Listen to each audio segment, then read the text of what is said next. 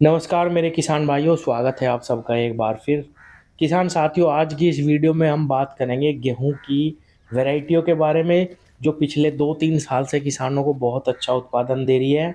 और बुआई के समय हमें कौन कौन से ऐसे खाद है जिनका इस्तेमाल गेहूं की बुआई पर करना चाहिए, जिससे हमें बहुत ही अच्छा लाभ मिले, हमारे गेहूं में किसी भी प्रकार की डेफिशिएंसी ना रहे किसी भी पोषक तत्व की।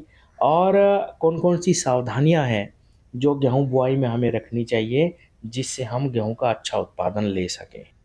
सबसे पहले हम खेत की तैयारी और समय के बारे में बात करते हैं। किसान भाइयों, अभी अगेती बुआई के लिए बिल्कुल उपयुक्त समय चला हुआ है। 25 अक्टूबर से 25 नवंबर के बीच में उत्तर प्रदेश में गेहूँ की बुआई करी जाती है।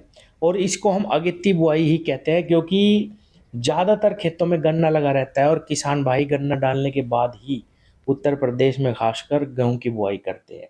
किसान साथियों, आप 25 अक्टूबर से 25 नवंबर के बीच के समय को अगेती बुआई के लिए बिल्कुल उपयुक्त समझें।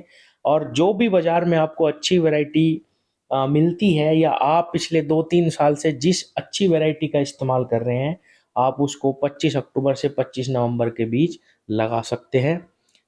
गेहूँ की बुआई करने से पहले हमें अपने खेत की बहुत ही अच्छी जुताई करनी चाहिए। रोटावेटर का इस्तेमाल करें, हैरो का इस्तेमाल करें किसान भाइयों, कल्टीवेटर भी अपने खेत में निकाल लें। और अगर मैं खाद की बात करूँ तो हमें फास्फोरस की बहुत ही ज़बरदस्त आवश्यकता रहती है गेहूँ की फसल में। किसान साथियों, एक चीज़ और बताऊँ, फास्फोरस के बिना कोई भी फसल नहीं ली जा सकती, लेकिन गेहूँ में हमें सारा का सारा फास्फोरस बेसल डोज में ही इस्तेमाल कर लेना चाहिए, क्योंकि इसकी निराई गुड़ाई बाद में नहीं होती। इसीलिए चाहे आपको जितना भी खाद डालना है, आप ज़्यादा से ज़्यादा बेसल डोज में ही खाद का इस्तेमाल कर लें। किसान भाइयों, एक बैग डीएपी हमें लेना चाहिए। 5 बीघे खेत की मैं बात कर रहा हूँ। इसके साथ आप 5 से 10 किलो सल्फर का जरूर इस्तेमाल करें किसान भाइयों। सल्फर फंगस में भी हमें बहुत ज़्यादा लाभ पहुंचाता है। हमारे गेहूं के दानों में कोई भी फंगस नहीं लगती। गेहूं में चमक पैदा करता है, गेहूं में रस भरता है, दाने सुदृढ़ बनते हैं, चमकदार बनते हैं। हमें सल्फर जरूर डालना चाहिए बुआई में किसान साथियों, 5 से 10 किलो। और एक बैग यूरिया भी अगर आप अपने इस डीएपी के साथ ले लेते हैं तो किसान भाइयों, सुनने पे सुहागा होगा।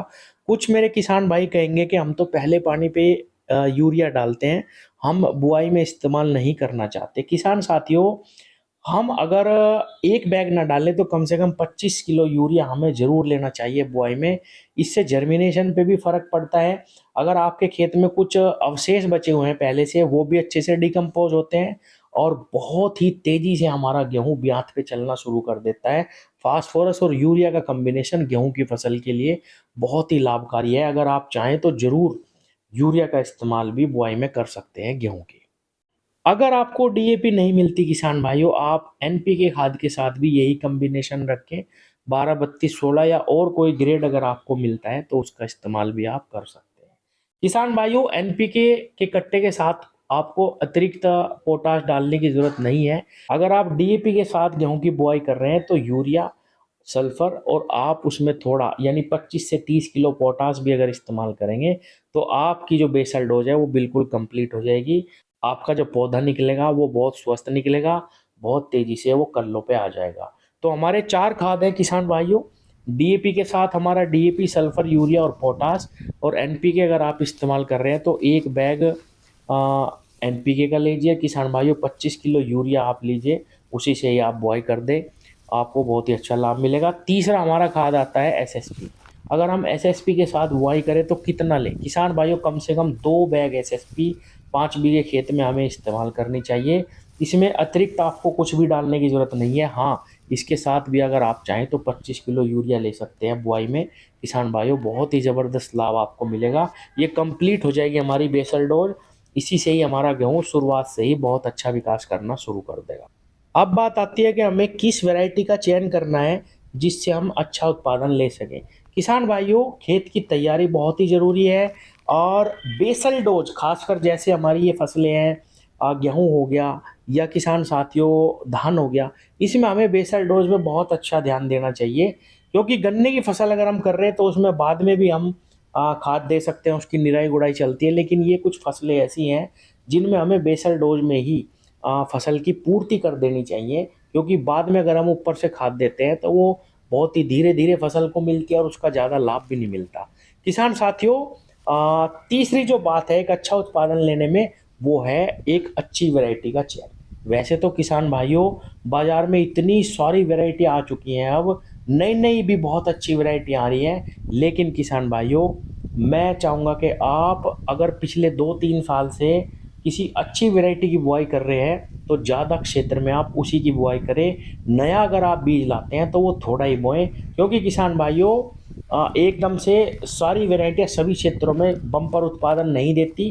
कोई वैरायटी किसी क्षेत्र में कामयाब होती है, कोई वैरायटी किसी मिट्टी को बहुत जल्दी से नहीं पकड़ पाती।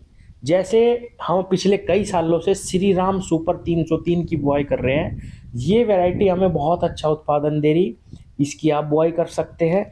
HD 2967 एवरग्रीन वैरायटी है किसान भाइयों, बहुत सालों से किसानों को बहुत अच्छा उत्पादन दे रही। HD में ही 3086 बहुत अच्छी वैरायटी है। और किसान भाइयों DBW की अगर मैं बात करूं तो 303, और मेरी जो सबसे पसंदीदा वैरायटी है किसान भाइयों वो है DBW 187। इसमें भूस के टिल्ले लग जाते हैं किसान भाइयों, क्योंकि हमारे उत्तर प्रदेश में पशुओं के चारे के लिए जो भूसा है उसकी भी आवश्यकता पड़ती है। तो 187 थोड़ी सी लंबी जाती है, बस इसमें एक थोड़ी सी यही कमी मैं मानता हूँ, वरना किसान भाइयों बहुत ही शानदार वैरायटी है DBW 187। और DBW 303 भी किसान भाइयों बहुत ही अच्छा उत्पादन किसान को दे रही है, आप इसको भी लगा सकते हैं। तो ये 4-5 वैरायटियाँ मैंने बताई हैं, इनमें से आप ले सकते हैं, या अगर आप नई प्रजाति कोई बो रहे हैं पिछले साल से, आप उसकी भी बुआई कर सकते हैं। बाजार में बहुत सारी है, WH 1270 नई प्रजाति है किसान भाइयों। DBW 327 एक वैरायटी है किसान साथियों नई, उसको अगर आप लगाना चाहें लगा सकते हैं।